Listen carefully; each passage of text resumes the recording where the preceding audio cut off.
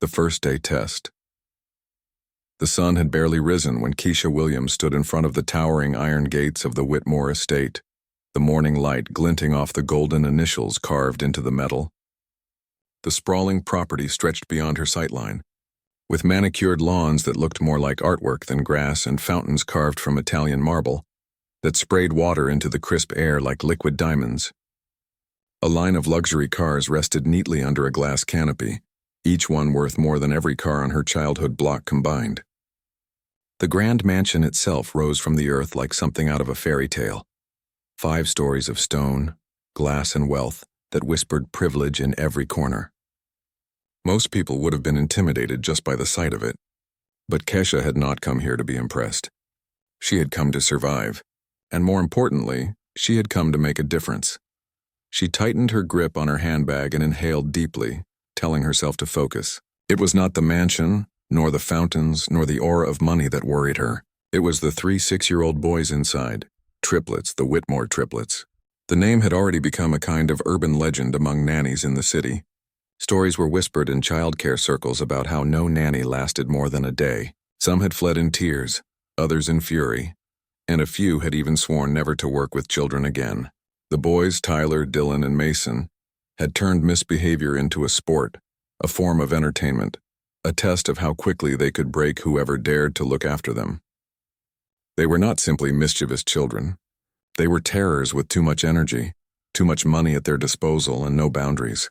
And yet here Keisha was, standing at the gates, her stomach churning but her heart steady. She remembered the phone call that had brought her here. Margaret Whitmore herself, her voice crisp and dismissive, had said, "We've been through 17 nannies in 6 months. If you think you're stronger than the rest, prove it." Most people would have hung up, but Kesha hadn't. She had spent 10 years teaching at-risk children on the south side of Chicago. Children who had lost parents to violence. Children who had seen more in 6 years than most adults saw in a lifetime. She had studied trauma psychology at Howard University and learned that when children acted out, it was never without a reason. Pain hid behind tantrums. Fear disguised itself as rebellion. Anger was just sadness in armor. And so, while other nannies had seen the Triplets as spoiled demons, Kesha saw something else.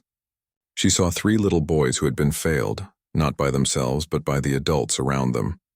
The gates creaked open slowly after she pressed the intercom. A uniformed guard waved her in with the kind of detached politeness that only came from working for the ultra-rich. Kesha walked up the long driveway, her sensible heels clicking against the stone path. Every step reminded her that she was stepping into enemy territory, not because of the children, but because of the parents who believed money was the cure to everything. She could already imagine their eyes on her, judging, underestimating, dismissing. She had grown used to that look in her life, but each time it hardened her resolve. She would not let it break her. The massive front doors opened before she even reached them, revealing Margaret Whitmore, draped in silk pajamas and an expensive robe that probably cost more than Kesha's entire wardrobe. Her face was flawless but stiff, the result of countless cosmetic procedures. She looked at Kesha not as a person, but as though she were an item being delivered, something to be tried, used and discarded if it didn't meet expectations. "Miss Williams," Margaret said, her tone sharp but polite in a way that dripped condescension. "Do come in." Kesha stepped into the grand foyer, her eyes briefly catching the opulence around her. Crystal chandeliers, golden mirrors, marble floors polished until they gleamed like ice. But then she heard it. A crash, followed by the unmistakable sound of shattering glass. And then came the laughter, high-pitched, wild, unrestrained. The kind of laughter that didn't sound joyful at all, but almost cruel. "They're in the living room," Margaret said casually, as though the destruction was as ordinary as the weather. "I'll let you handle it." The living room looked like a battlefield. Red paint dripped down white walls streaked like blood from a crime scene. A $50,000 crystal coffee table lay in shards across the marble floor. Feathers floated in the air like dirty snow from ripped silk pillows, and antique figurines had been knocked from their places, their porcelain faces shattered into dust. And in the center of it all were 3 boys, identical in appearance but already so different in personality. Tyler, the self-proclaimed leader, was standing on the sofa shouting orders as though commanding an army. Dylan was on the floor smearing paint across the carpet with his hands, cackling as though he had just discovered fire. And Mason, the quietest, sat on a broken chair, his sharp eyes watching everything without a word, calculating like a general surveying a battlefield. When they noticed her, the noise only grew louder. Tyler grabbed a toy truck and hurled it at her feet. "Another black nanny," he sneered, his voice mocking beyond his years. "Daddy said you're cheaper." Dylan laughed and smeared more paint across the wall while Mason simply narrowed his eyes, studying her reaction. Most nannies had broken down at this point. Some had yelled, others had begged, but Kesha did neither. She calmly stepped into the middle of the chaos, placed her bag gently on a chair that was miraculously still standing, and surveyed the room with a steady gaze. She could feel Margaret's presence lingering in the doorway, watching, waiting for her to snap like the others. But instead of shouting or threatening, Kesha did something unexpected. She knelt down on the floor and began stacking some of the wooden blocks that had been scattered across the room. The boys froze for a moment, surprised. Mason was the first to speak. "What are you doing?" he asked suspiciously. "Building a fort," Kesha said calmly, stacking the blocks with precision. "Every war needs a headquarters." Her words sparked curiosity. Tyler lowered the toy he had been about to throw. Dylan stopped smearing paint, and even Mason leaned forward slightly intrigued. For the first time since she had entered, the room was silent. Margaret frowned from the doorway, her irritation growing. She had expected this nanny to be screaming by now. Instead, Kesha was playing on the floor as if the chaos were nothing. "Miss Williams," Margaret's sharp voice cut through the silence. "Do you not see the destruction here? My children have just caused at least $20,000 worth of damage." Keisha looked up briefly, her eyes calm but piercing. "Yes," she said softly. "But the damage I see isn't to the furniture, Mrs. Whitmore, it's to the children. And if we don't address that, the price will be much higher than money." Margaret's face hardened and she opened her mouth to respond, but another voice boomed through the room. Richard Whitmore, the billionaire himself, had arrived. His tall frame filled the doorway, his face red with fury as he took in the destruction. "What the hell is going on here?" he roared. His eyes fell on Kesha, who remained on the floor stacking her fortress. "And who is this?" "The new nanny," Margaret replied with a sigh, her tone dripping disdain. "Though I doubt she'll last until lunch." Richard's eyes narrowed, his gaze scanning Kesha up and down like she was an object at an auction. "How much are we paying her?" $3,000 a week, Margaret said flatly. Richard scoffed. $3,000 for this? Margaret, you're too generous. I doubt she's ever seen that much in her life. Tyler, sensing the tension, piped up. "Dad, she's ignoring our war." "Of course she is," Richard sneered, adjusting his Rolex. People like her learn early to bow their heads to keep their jobs. It was meant to sting, but Kesha only smiled softly. She placed the last block on her fort and stood up gracefully. Walking to a broken bookshelf, she picked up a battered but intact book and flipped it open. "The Prince and the Pauper," she read aloud, her voice calm. "A story about two boys who trade lives and learn that true nobility has nothing to do with money or birth." Her words cut through the tension like a blade. The triplets stared, silent for once. Even Richard and Margaret exchanged confused glances. They weren't used to a nanny who didn't cower, didn't beg, didn't grovel. Kesha closed the book and placed it gently back. "My grandmother used to say that rich people buy books to decorate their shelves, but decent people read them to decorate their souls." She turned back to the children, her eyes warm now, softer. "Which kind of people do you boys want to be?" For the first time, Mason's eyes flickered, not with calculation but with something else. Something Kesha had been searching for all along. Curiosity. The war wasn't over. But for the first time, the battlefield had gone quiet. And that was how Kesha Williams began her first day in the Whitmore mansion. Not with fear, not with anger, but with a question that none of the 17 nannies before her had ever thought to ask. Cracks in the armor.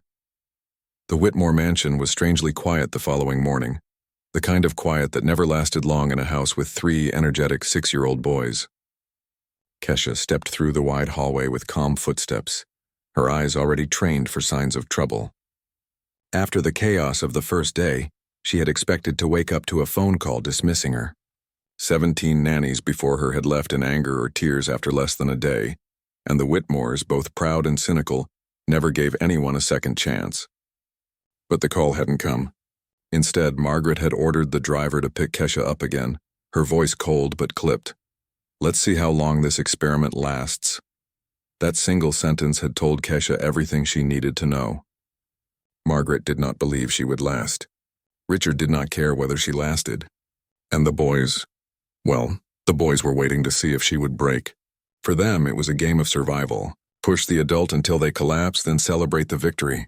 But Kesha understood something deeper. Children who tested boundaries that hard were children searching for stability. Children who wanted to know whether an adult's love or patience could be trusted. Every tantrum was a question in disguise.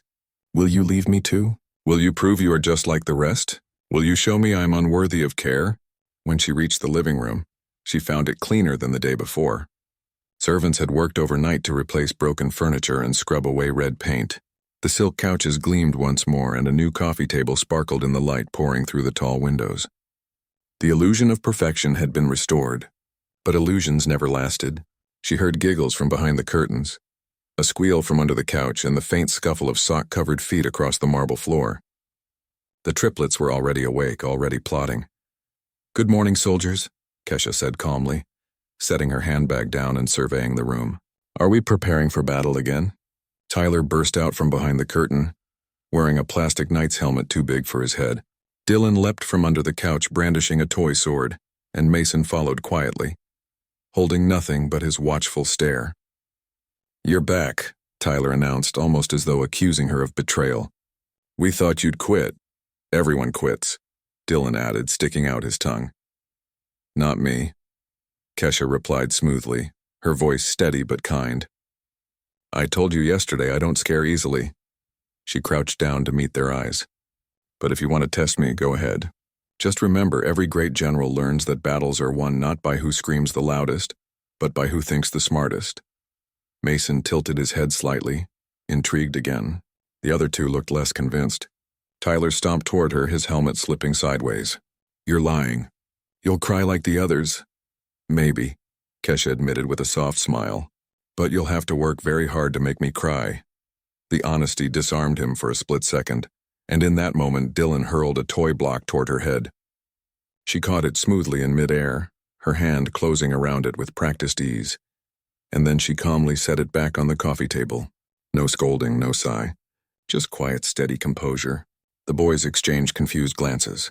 Adults always yelled when they threw things. Why wasn't she yelling?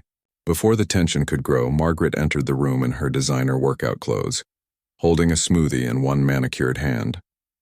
Her face was tight with disapproval. "Miss Williams," she said, her tone sharp, "we do not encourage bad behavior in this household. If they throw something at you, you reprimand them immediately. Otherwise, they will never learn." Kesha straightened slowly, meeting Margaret's gaze with quiet confidence. "Children learn more from how we respond than from what we say. If I yell at them for throwing, I teach them yelling is the answer. If I stay calm, I show them that control is possible." Margaret's lips pressed into a thin line. She wasn't used to being contradicted, least of all by an employee. But before she could retort, Richard's booming voice echoed from the hallway. "Where is my schedule?" "Margaret, tell the driver to warm the Bentley. I have a meeting in 10 minutes. He entered the living room in his expensive suit, his phone already glued to his ear, and stopped when he noticed Kesha again. His eyes narrowed. "She's still here?" "Yes," Margaret said stiffly. "Apparently she survived the first day." Richard barked a laugh. "Unbelievable. Either she's crazy, or she doesn't understand what she's dealing with. My sons aren't cute little projects for charity work. They're strong-willed. They'll crush her eventually." Kesha didn't flinch. She adjusted the block fortress she had built the day before, then looked Richard straight in the eye. "Strong-willed is good. Strong-willed means they can become leaders one day, if someone teaches them how to use that strength." The silence that followed was heavy. Richard didn't like being challenged, and Margaret clearly thought Kesha had overstepped. But before either parent could argue, Mason's voice broke through, quiet but sharp. "What do leaders do?" All eyes turned to him. Mason rarely spoke, and when he did, it carried weight. Kesha knelt down again so she was eye level with the boy. "Leaders take care of people. They don't just fight battles. They protect those who can't fight. They use their strength to build, not to destroy." She gestured toward the blocks. "That's why I built a fort yesterday. Not to win a war, but to make a place where everyone feels safe. For a moment, the room was utterly still. Mason's sharp eyes softened just slightly, and even Tyler looked uncertain as though reconsidering what kind of game this was. Dylan, however, remained restless. He picked up a vase from the side table, clearly ready to smash it for attention. Kesha moved swiftly, not with anger but with gentle precision, catching his wrist before he could throw.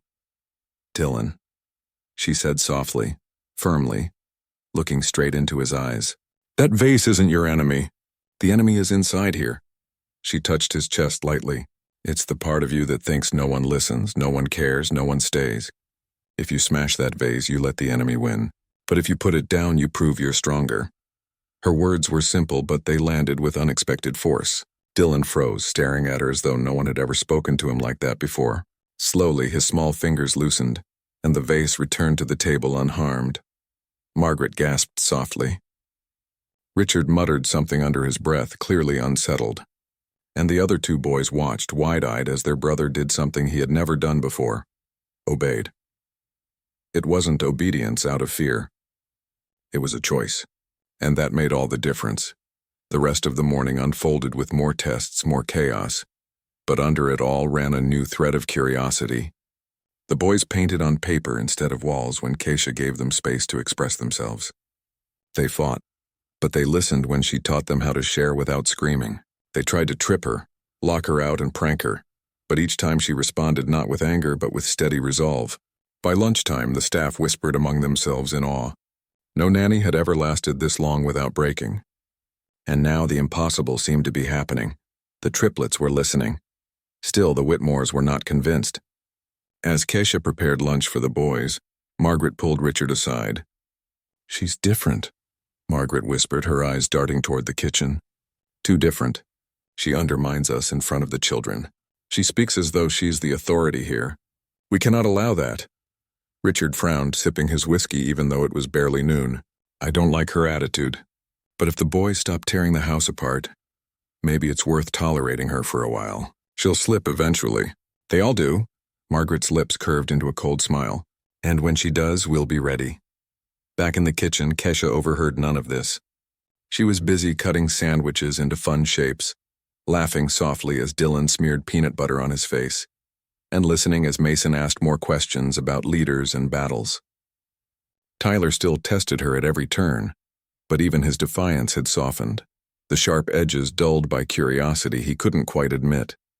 Kesha knew the battle was far from over. But she also knew she had planted the first seeds, and once seeds were planted, nothing, not even the harshest soil, could stop them from growing if they were watered with patience. That night, as she left the mansion, the triplets stood at the top of the stairs watching her go. Tyler crossed his arms stubbornly. Dylan smirked with paint still on his shirt, and Mason simply stared, his eyes unreadable. But none of them shouted. None of them threw anything. And as the heavy doors closed behind her, Keisha smiled to herself. For the first time in 6 months, the Whitmore mansion was quiet at bedtime, and for the first time in their short lives, the triplets wondered if maybe, just maybe, this nanny was not going to run. Breaking down the walls. The third day in the Whitmore mansion began with the sound of thunder rolling over the sprawling estate. Dark clouds had gathered over the manicured lawns, casting shadows across the marble floors and making the chandeliers sparkle dimly, as though the light itself was afraid. Storms had a way of magnifying moods inside a house, and this morning, the triplets' moods were restless, charged like the air before lightning. Kesha stepped through the doors with her umbrella dripping, her shoes squeaking faintly against the polished stone. She didn't mind storms. She had grown up with far worse storms on the south side of Chicago. Storms that were not made of rain, but of fear, uncertainty, and survival. Storms reminded her that everything in life passed eventually, no matter how violent. But the Whitmore's mansion was not used to storms. It was used to perfection, control, and appearances. And children, Kesha knew, were like weather. They reflected the climate around them. When she entered the playroom, she found Dylan spinning in circles with a blanket tied around his shoulders like a cape, pretending to be a tornado. Tyler had built a tower of blocks as high as he could reach, clearly planning to smash it for dramatic effect. Mason, however, sat in the corner, staring out the rain-streaked window, his face still and unreadable. "Good morning, generals," Kesha said warmly, shaking the rain from her coat. "Looks like the sky decided to join your battle today." Tyler smirked, knocking over his block tower with one swift kick. "The sky's angry just like us." Kesha tilted her head. "Angry? What makes you angry today?" Tyler shrugged but didn't answer. Dylan spun faster, chanting, "Angry sky, angry sky," while Mason remained silent, his gaze fixed on the storm outside. Kesha crossed the room and knelt beside Mason. She didn't touch him, didn't push, just sat quietly for a moment. Finally, she asked in a soft voice, "What do you see out there?" Mason's lips parted, and after a long pause, he whispered, "It looks like crying." The words were so faint that anyone else might have missed them, but Keisha heard them as clearly as if they had been shouted. She nodded slowly. "Yes, sometimes storms do look like crying. Do you think the sky feels better after it rains?" Mason's eyes flickered, and for the first time Kesha saw a crack in his armor. Not defiance, not calculation, but vulnerability. She didn't press further. Instead, she let the silence hold, knowing that sometimes the greatest gift was simply being heard. Later that morning, Margaret swept into the room with her usual air of disapproval. She glanced at the scattered toys, the half-eaten breakfast plates, and the fort still standing from the previous day. "Miss Williams," she said sharply, "I see the children are still making a mess under your supervision. I hope you are not confusing indulgence with progress." Kesha rose calmly, brushing her hands on her skirt. "Children learn best when they feel safe, Mrs. Whitmore. Mess is part of learning. Control comes later." Margaret's eyes narrowed. "Control is what they need now. My sons are not like the children you worked with in whatever neighborhoods you came from. They are Whitmores. They must learn discipline, not coddling." Kesha held her gaze steadily. "With respect, Mrs. Whitmore, discipline without love is just fear, and fear doesn't last. Respect does." Margaret's lips tightened, but before she could respond, Tyler suddenly shouted, "Leave her alone." His little chest puffed out, his face red with anger as he glared at his mother. The room went silent.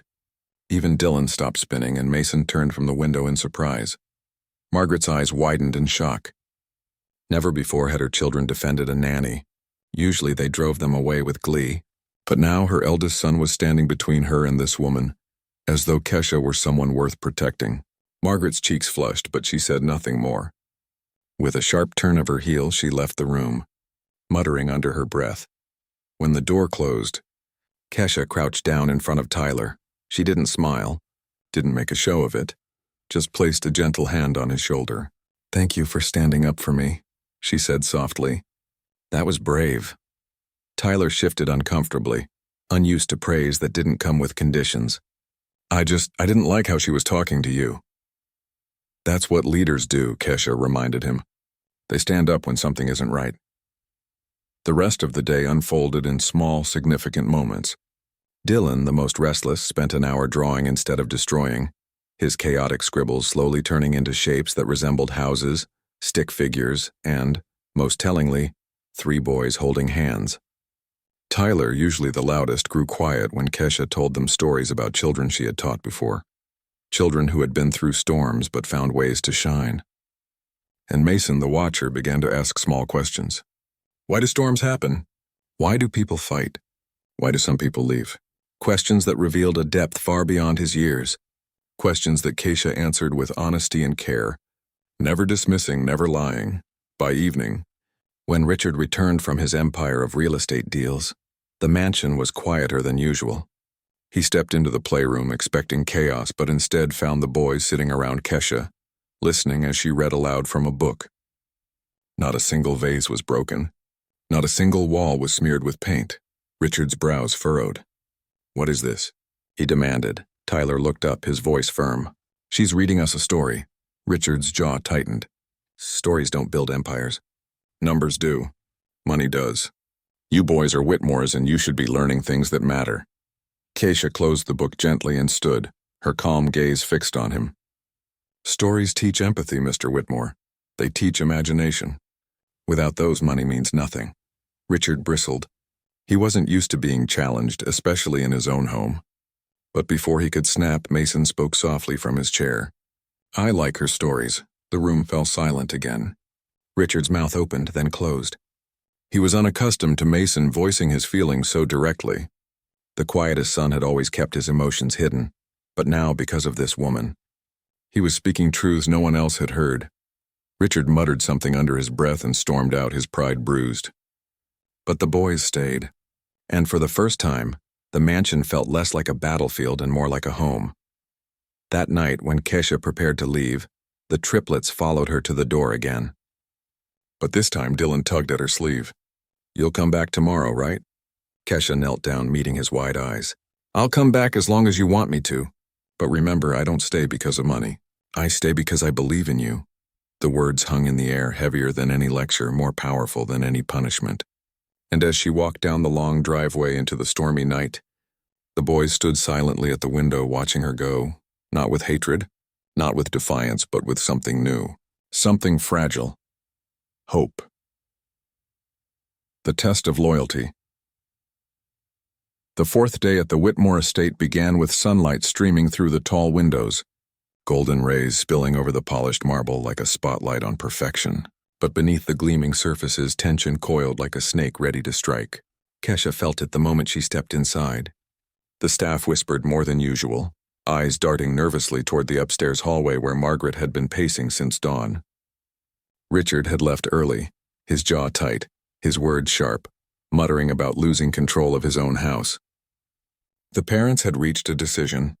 They had let Kesha's experiment last longer than any before her, but now they were determined to remind everyone, especially their sons, that no outsider, and certainly not this woman, would ever hold authority in their domain. Kesha sensed the storm but refused to let it shake her. She walked calmly into the playroom, her warm smile steady, her spirit anchored. The triplets were waiting. Tyler leaned against the wall, arms crossed, as though trying to hide that he'd been watching the door for her arrival. Dylan bounced on the couch cushions, restless as always, but when he saw her, he grinned widely. Mason, the quiet observer, simply nodded, his eyes carrying a recognition that said, "We knew you'd come back." "Good morning, generals," Kesha greeted them, setting her bag down. "What's today's mission?" Tyler smirked but didn't move. Dylan leapt toward her with a pile of Legos, already babbling about building something bigger than yesterday's fort. Mason, however, surprised her by speaking first. "We want to know more about leaders." His voice was calm, serious, almost solemn. Kesha crouched down so she was eye level with them all. "Leaders aren't the strongest or the loudest," she explained. "They're the ones who keep going even when things get hard. They don't give up. They protect others, and most importantly, they know the difference between respect and fear." The boys fell silent, each turning her words over in their minds. For children who had spent their lives wielding chaos like a weapon, the idea of leadership as something protective rather than destructive was new. Strange, but intriguing. Before Kesha could build on the moment, the double doors opened and Margaret swept in like a storm in pearls. Her expression was sharper than usual, her eyes glittering with challenge. Behind her came Richard, his broad frame filling the doorway, his jaw clenched. "Boys," he announced, his voice heavy with authority, "your mother and I have decided you will spend today differently. Enough of these silly games." The triplets exchanged glances. Dylan clutched his Legos tighter. Tyler frowned, and Mason's gaze flicked to Kesha. "What do you mean, Daddy?" Tyler asked cautiously. Richard's tone softened, but only slightly. "You're Whitmore's. You need proper guidance. Today we've arranged for a tutor to begin teaching you real skills, mathematics, languages, business, not whatever this is." He waved a dismissive hand toward the blocks and books around Kesha. Margaret added smoothly, "Miss Williams has been amusing, but it's time to get serious. She will step aside while Mr. Jennings takes over." At her signal, a tall, stiff man in a gray suit entered, carrying a stack of textbooks. His glasses sat low on his nose, his expression as cold as the marble floor. He looked at the children as though they were clients to be managed rather than lives to be shaped. The boys stiffened. Tyler's fist clenched. Dylan's lip trembled. Mason's face went blank, but his eyes flickered with unease. They had endured dozens of tutors before. Men and women who treated them like projects, who demanded obedience through fear, who left as quickly as the nannies, and now their parents wanted to force another one upon them. Kesha stood, her calm presence a contrast to the tension brewing. She didn't raise her voice. She didn't argue. She simply addressed Richard and Margaret with steady conviction. With respect, your children don't need another person who will try to control them. They need someone who will understand them. Richard's face darkened. What they need, Miss Williams, is to learn discipline and respect for authority. And you— He stepped closer, his voice low and cutting. You need to remember your place. You are an employee, nothing more. Margaret's smile was cold. You should be grateful we've allowed you this long. Most women in your position would have been dismissed immediately. The implication was clear. Women in your position. People like you. It wasn't just about being a nanny. It was about being a black woman in a house that saw her as lesser. No matter her education, no matter her heart. Kesha felt the weight of prejudice pressing on her, sharp and suffocating. But she had faced worse storms, and storms had never broken her. She turned back to the boys, kneeling once more to meet their eyes. This is your choice, she said softly. Do you want someone who will lecture you, or do you want someone who will listen and help you grow? The parents stiffened at her audacity, but before they could intervene, Tyler stepped forward. His little chest heaved, his eyes blazing with defiance. We want her, he pointed at Kesha. Not him. Not anyone else. Dylan jumped down from the couch and nodded furiously. Yeah, we don't want another boring teacher. We want Kesha. All eyes turned to Mason, the silent strategist. For a long moment he said nothing, his face unreadable. Then in a clear, unwavering voice he said, She's the only one who sees us. The room froze. The weight of his words hung heavy, undeniable. Margaret's face paled, Richard's jaw clenched, and the tutor shifted uncomfortably, clearly realizing he was unwanted. Kesha's heart swelled, but she kept her composure. She placed a hand gently over Mason's. Thank you, she whispered. That means more than you know. Richard's fury erupted. Enough, he thundered. This is outrageous. You boys will obey your parents, not a stranger. But for the first time, the triplets didn't flinch at his anger. They stood together, side by side, facing their father.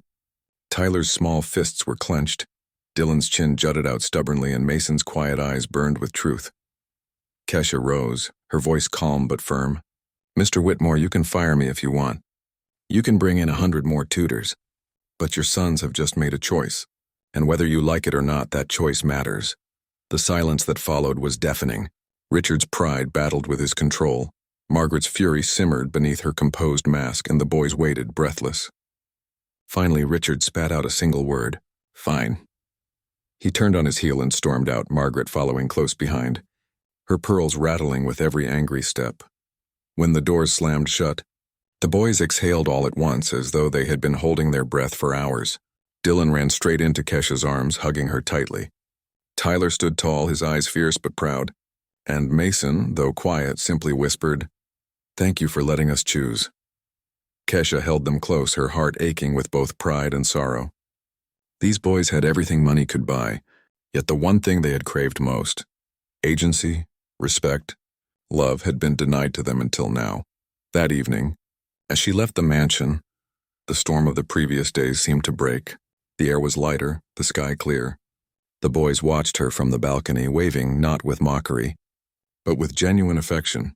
Inside, however, Richard and Margaret sat in the dim glow of their study, glasses of wine in hand, plotting their next move. Margaret's voice was cold as steel. She's becoming dangerous.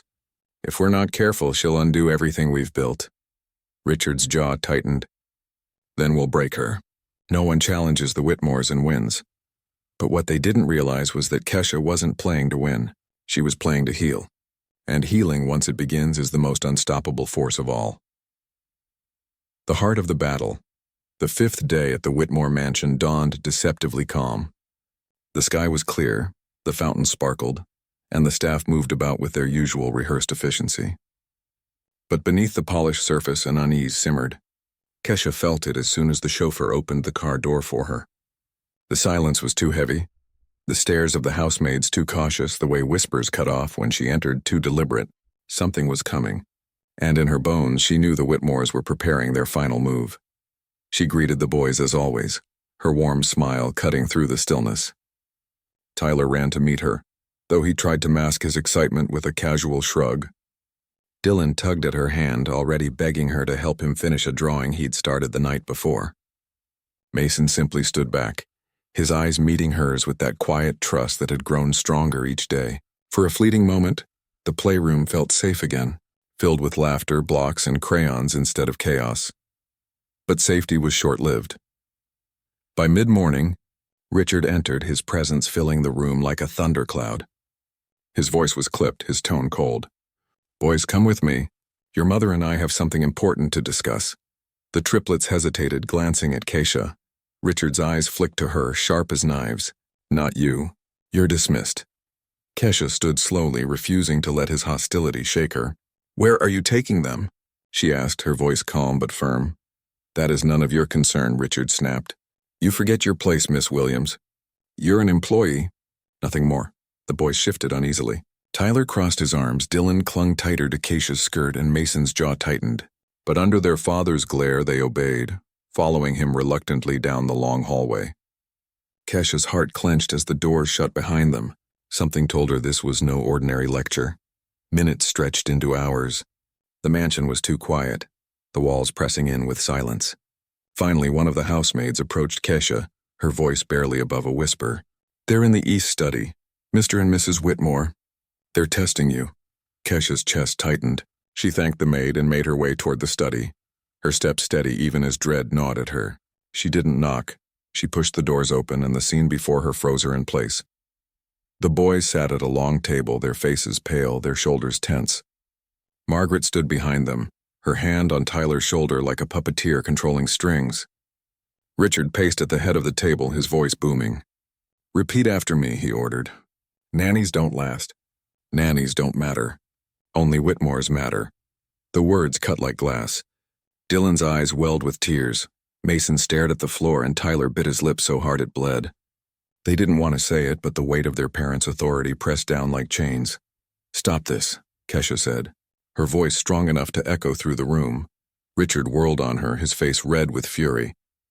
"How dare you? This is my house, my family, my rules. You've been here less than a week, and already my sons are defying me. I won't let some outsider, some woman who doesn't understand what it means to be a Whitmore, destroy the order I've built." Margaret's voice was ice. "We gave you a chance, Miss Williams. We thought you might amuse them for a few days. But you've overstepped. You've filled their heads with nonsense, stories, kindness, weakness. That ends now." Keisha's heart pounded, but she stepped forward, her eyes blazing. "What you call weakness is what your children have been begging for their whole lives. They don't need order built on fear. They need love. They need someone to listen, someone who won't run, someone who sees them." She turned to the boys, her voice softening. "And they chose me. Not because I'm perfect, not because I have all the answers, but because I stayed. Because I believe in them." The boy's eyes widened. Tyler stood abruptly, knocking his chair over. His small fists trembled, but his voice was clear. "I don't care if you fire her. I want Keisha." Dylan followed, tears streaming down his cheeks. "Me too, she doesn't yell at us. She makes me feel like I'm not bad." Finally, Mason lifted his gaze, his voice calm but steady. "You told us Whitmores never quit." "She didn't quit, not once. That makes her more of a Whitmore than you." The room shattered with silence. Richard's mouth opened, then closed. Margaret's face blanched, her grip on Tyler slipping. The staff gathered in the doorway, their eyes wide, witnesses to a truth too powerful to deny. Keisha felt tears sting her eyes, but she held herself tall. She placed her hands gently on the boy's shoulders, pulling them close. "You're not bad," she whispered. "You're not broken. You're just waiting for someone to believe in you, and I always will." For the first time, Richard's anger faltered. His sons stood united against him, their loyalty not to his wealth or his rules, but to the woman he had dismissed as insignificant. Margaret's pearls rattled as her hands shook, her mask of superiority cracking. The empire of fear they had built inside their home had been dismantled by a single truth. Love was stronger than power. Richard turned away, his voice low, defeated. "Do what you want. If she stays, it's on your heads." He stormed out, leaving Margaret standing pale and shaken before she too retreated without a word. The boys clung to Keisha, relief flooding their small bodies. For the first time in months, perhaps years, the Whitmore mansion echoed not with screams or shattering glass, but with laughter soft and genuine. That evening, as Keisha prepared to leave, the triplets blocked the door. Tyler stood tall, Dylan hugged her waist and Mason simply said, "Please don't go." Kesha knelt, pulling them into her arms. "I'll come back," she promised. Because real family isn't about money or power. It's about who shows up, who stays, who loves you no matter what. The staff watched with tears in their eyes. Even the walls of the mansion seemed softer, the air lighter. The impossible had happened. The Whitmore triplets had found not just a nanny, but a guide, a protector, a true leader. And as Keisha walked down the driveway under the evening sky, she knew this was bigger than a job. This was a calling. For every child who had ever felt unseen, unloved, or unwanted, she would keep showing up. She would keep standing. She would keep proving that love, once planted, could grow anywhere, even in the coldest, richest mansion, because in the end, no nanny lasted a day with the billionaire's triplets until she did, and she changed them forever.